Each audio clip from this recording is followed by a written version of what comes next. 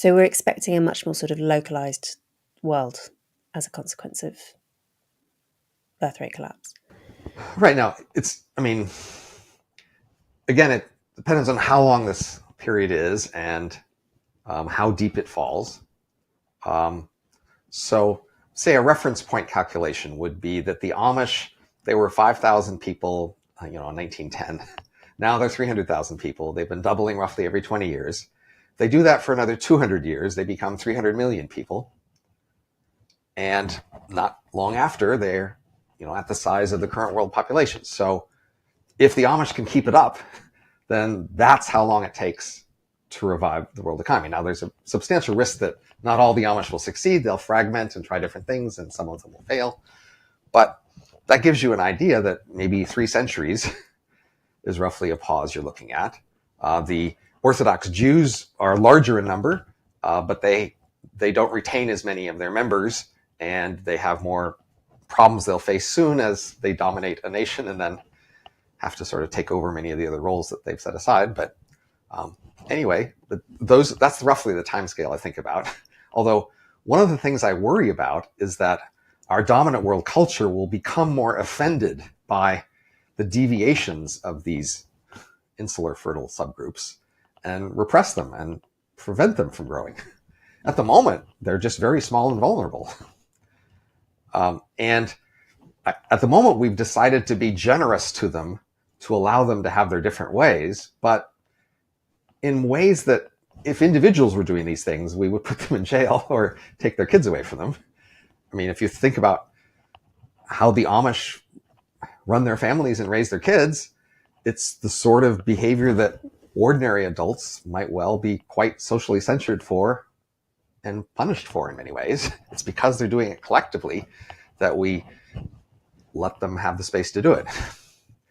If we become more judgmental, as we seem to be doing over the decades, about people whose behaviors deviate from what our global consensus says is the right way to treat children, to treat women, etc., then we may not allow them to have the space to keep growing.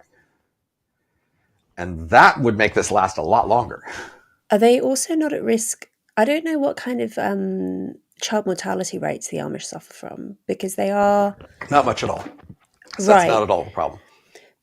Isn't that is presumably because they must be to some extent piggybacking on the dominant culture's medical technology? Because if they were really living in a sort of full 17th century fashion, then they would be having, child mortality rates of 40% or something, which would obviously retard their growth. Are they likely, if they became ever more dominant and continued to be as technophobic as they are, presumably at some point they might get stuck in a Malthusian trap? So the way to understand them, I think, is that it's insularity that's the key goal. So consider pacifism. Most of these groups have been pacifist. I don't think that's because they that much mind fighting in war. I think they mainly mind their young men going and mixing up with other young men early in life and then losing their cultural origins. That's maybe the reason they want to be pacifist. But if, the Orthodox Jews become a large fraction of Israel, and then they can just field whole Orthodox Jew divisions, and they can be trained in Orthodox Jew divisions, well, then they won't lose their cultural insularity by becoming soldiers. And then I think they'd be much more willing to do that. So like in the Amish, the people who they have the most risk of losing are the people who get, many years of high-level training outside of their group, doctors or engineers. Those people are people they lose more because those people get more seduced by the outside culture. So then they try to make trade-offs of, keeping their engineering tech low so that their engineers don't have to have that much outside training.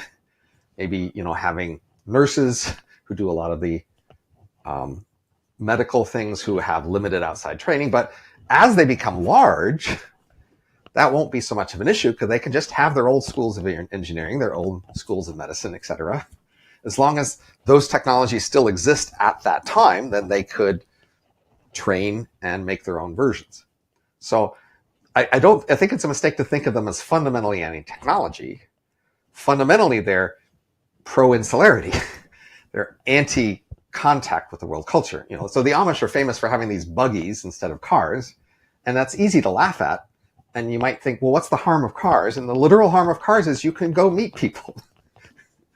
And people with cars do go meet other people, and it's hard to keep them down on the farm when they can get off the farm in a car. It's not that they're anti-car per se, they're anti-contact. An Amish world that was also a world that accepted medical technology and engineering technology and so on, like a higher tech Amish world. It doesn't seem so very bad to me. Like, of all the possible futures, that's not so bad. I mean, I do think it's hopeful that we can imagine many technologies not being entirely lost. That is, the end of the Roman Empire wasn't the same as the technology level at the beginning of the Roman Empire. Some technology passed on, and there was growth, and there has been growth over history, even as empires rise and fall. So that's a good long-term hope that the new text, but you still could ask about the other things we value in our culture.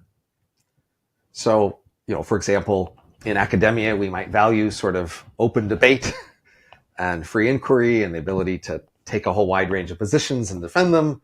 Once you've got a theocracy in charge that, as we might expect, a bunch of areas might be off limits. They might not be particularly into democracy. You know what listeners will be thinking? They'll be thinking we live in one of those already, Rob. We may, but it could be worse. You got to admit, true. It could be worse. Yeah. Right? They may not be into democracy. And there may be some kinds of technologies, biotech or AI or whatever, that they frame as evil and don't want, and just cut off whole range of technologies, options.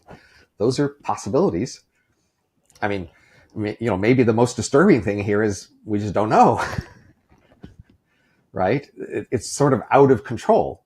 That is, people today, they think of the dominant world culture as in control, which to a large degree it is. And then when we try to influence the future, we mainly try to influence this dominant world culture.